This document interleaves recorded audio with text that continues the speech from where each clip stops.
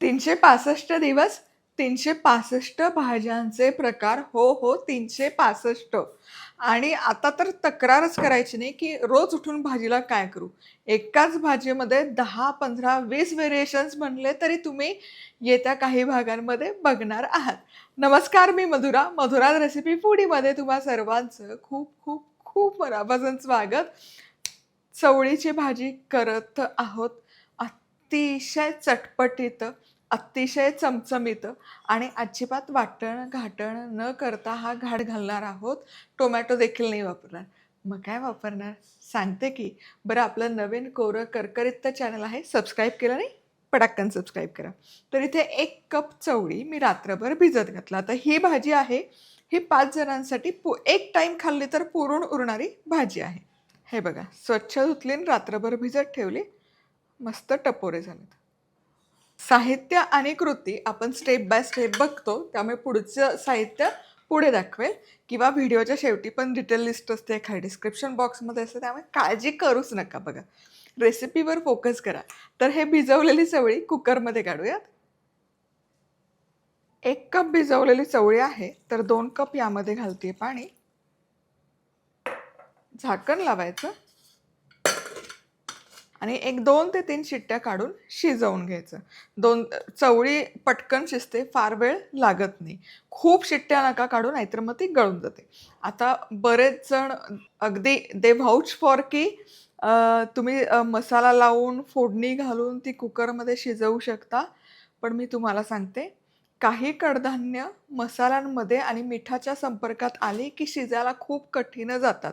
त्यात मसाला असतो, त्यात कुकरमध्ये असतात, तो मसाला खाली बेसला चिकटून बसतं. मटकीची उसळ तुम्ही कुकरमध्ये करू शकता. पण या प्रकारचे कडधान्य हे मी अगदी ट्राईड अँड टेस्टेड सांगते. तुम्ही मग कुकरमध्ये करायचं असेल तर भरपूर पाणी वापरा, म्हणजे ते खाली करपणार नाही. पण तुम्हाला अशी एकसंध आणि दाटसर भाजी हवी असेल, तर मग मात्र ती खाली बुडाशी लागते, चिकटते आणि ते कडधान्य पण हवं तसं एकसारखं शिजत नाही. चवळी शिजेपर्यंत इथे आपली भाजी देखील तयार होईल. वाटण करणार नाही आहोत, पण याला छान दाटसरपणा येण्यासाठी, मस्त अशी चव येण्यासाठी महत्त्वाची एक पेस्ट तयार करणार आहोत. त्यासाठी काय काय घेतलं ते बघूया. तर इथे अर्धा कप दही आहे आणि चवीपुरतं मीठ आहे. आणि यासोबतच आपल्याला लागेल आपला मधुराज रेसिपीचा कांदा लसूण मसाला आणि बॅडगी मिरची पावडर. मधुराज रेसिपी क्लब.com वरून तुम्ही हे मसाले खरेदी करू शकता. आणि आता आपण Amazonवर देखील आलेलो आहोत. तिकडे पण तुम्हाला खरेदी करायला मिळतील. तर मोठा चमचाभर, कारण इतर मसाले घालणार नाही, त्यामुळे हे मसाले व्यवस्थित घालायचे.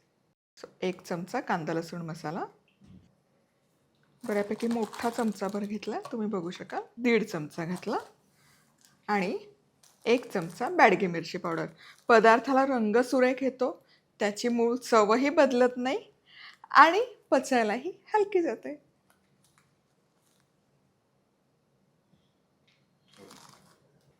चला, आता हे व्यवस्थित मिसळून घेऊयात. बरं, इथे तुम्हाला दही नसेल वापरायचं ना, तर मग इथे 2 टोमॅटो घ्या आणि त्याची प्युरी करून तुम्ही वापरू शकता. चला, ही पेस्ट तयार आहे. ही अशीच दही चटणी खायला कमाल लागते बघा. रंग काय सुरेख आलाय, वा वा वा. चुरचुरीत फोडणी घालायची, त्यामध्ये हे दही घालायचं, गॅस बंद करायचा, शिजवायची गरज नाहीये. ही दही चटणी पण कमाल लागते खायला. आता भाजी फोडणीला घालूयात. त्यासाठी काय काय साहित्य घेतलं ते बघूया. बारीक चिरलेला कांदा, हे दह्याची पेस्ट जी आता आपण तयार केली, अर्धा चमचा जिरं, 4-5 लसूण पाकळ्या उभ्या चिरून घेतल्या, बारीक चिरलेली कोथिंबीर, चवीपुरतं मीठ, चमचाभर बेसन. सगळ्यात आधी इथे 3 टेबलस्पून तेल गरम करून घेतलं. यामध्ये जिरं, उभा चिरलेला लसूण, लसूण चांगला परतून घेऊयात. लसणाच्या फोडणीचा काय कमाल सुवास दरवळतो तुम्हाला सांगते. आहा, हलकासा सोनेरी झाला, यामध्ये घालूयात बारीक चिरलेला कांदा. कांदा पटकन परतून व्हावा म्हणून मीठ. इथे 3 कांदे बारीक चिरून घेतले मी. कांदा चांगला सोनेरी रंगावर परतून घेऊया. आहा, कांदा मस्त खरपूस भाजून झाला. बघा, मस्त सोनेरी झालाय आणि छान असा एकसारखा झालाय. आता कांदा जरा कढईच्या बाजूला घेऊयात काढून आणि याच्या मधोमध हे बेसन घालूयात जे आपण घेतलंय. अगदी चमचाभर, नाही घातलं तरी काही हरकत नाही. पण ते भाजीला यामध्ये ना चवळीचे दाणे मोडून घातले तरी चालतील थोडे हाताने चुरून.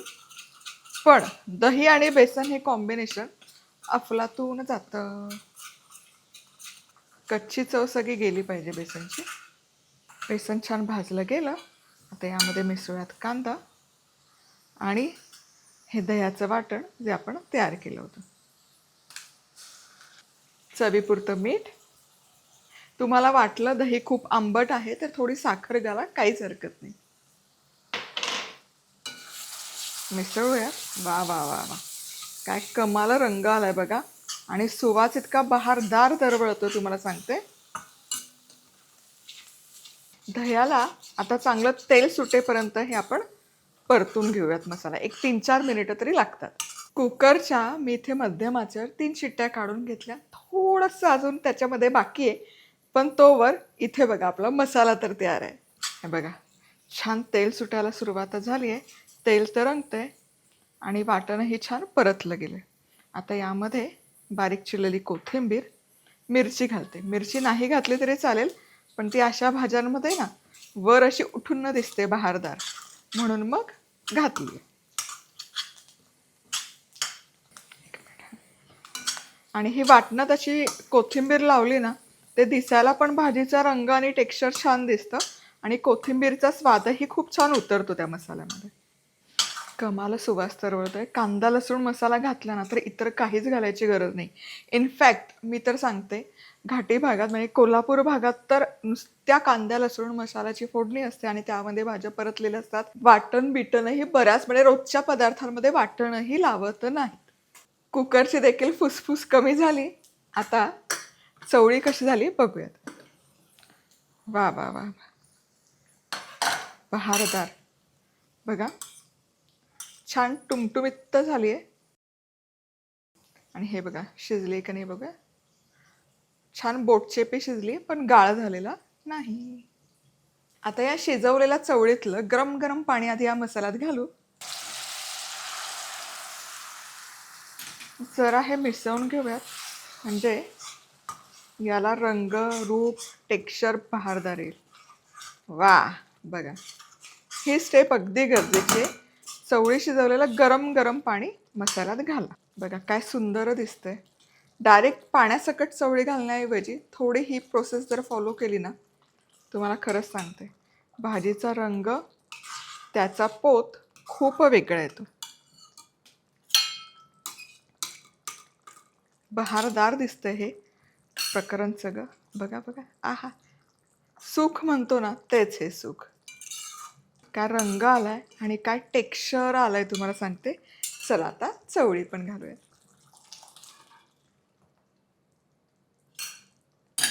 आता हे मिसळूयात. वाढीव पाणी मी घालणार नाहीये, कारण जितकं पाणी घातलंय तितकं पुरेसं आहे. आम्हाला लपलपीत चवळी खायला आवडते, रस्स्याची नाही.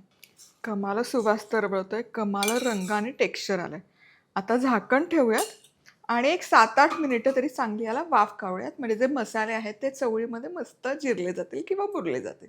भाजी मस्तपैकी आता 7-8 मिनिटं वाफवून घेतली आणि बघूयात.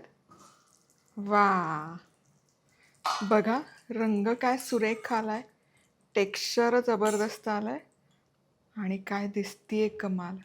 ही आहे ना, आणि काय एक संध झाली आहे आणि दिसते काय कमाल. मसाला एकीकडे, चवळी दुसरीकडे, असलं काहीही झालेलं नाही. आणि जसजसा वेळ जातो तसतशी ती आणखी दाटसर व्हायला सुरुवात होते, कारण कडधान्य पिष्टमयी असतात. खूप सुंदर झाली आहे भाजी. बरं तुम्हाला सांगते, आता रोज उठून भाजीला काय करायचं हा प्रश्न मला विचारू नका. पटाक्कन सबस्क्राईब करा.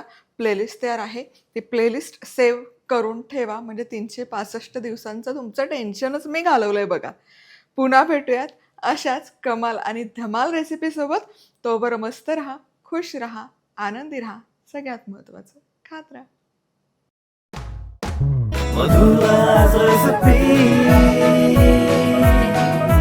मधुराज रेसिपी, महाराष्ट्राची अस्सल चव.